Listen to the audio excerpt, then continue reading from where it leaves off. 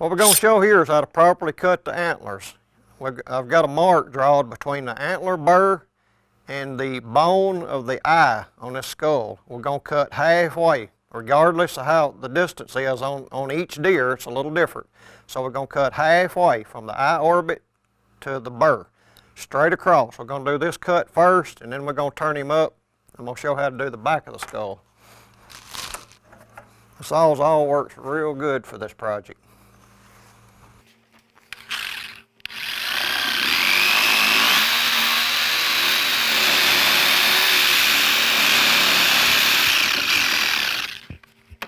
From the top of the skull, we're going to put our blade 3/4 inch below the top right here, and we're going to cut straight down into this cut we've done here.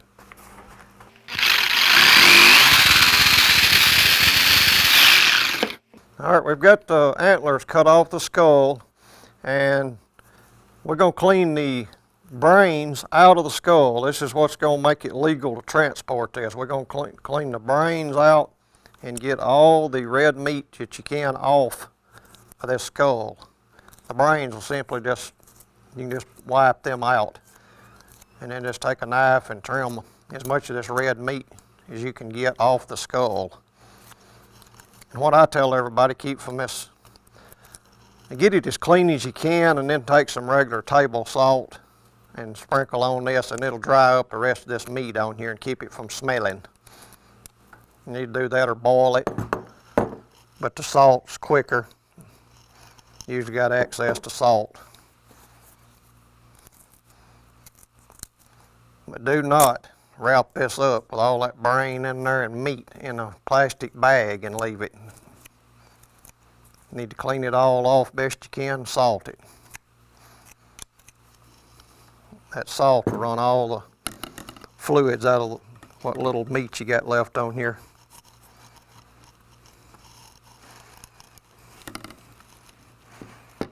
And then you should be legal if you're in a CWD zone or state line to transport it.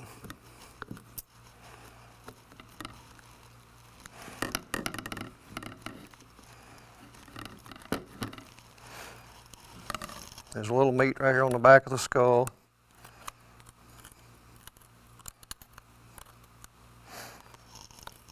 And on top.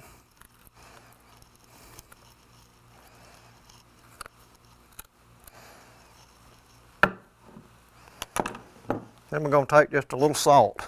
This will dry it all up.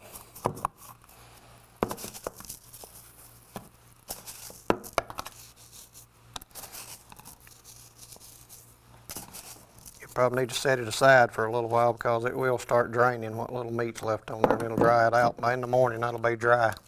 That's the way it's done.